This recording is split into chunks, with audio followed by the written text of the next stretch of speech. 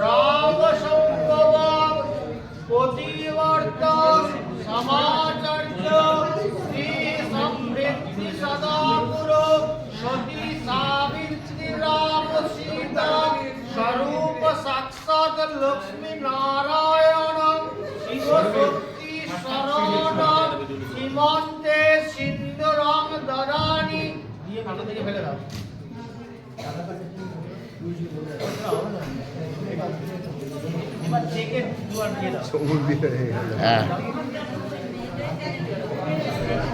যখন রেজিস্ট্রি হয়ে গেছে তখনই বিয়ে হয়ে গেছে।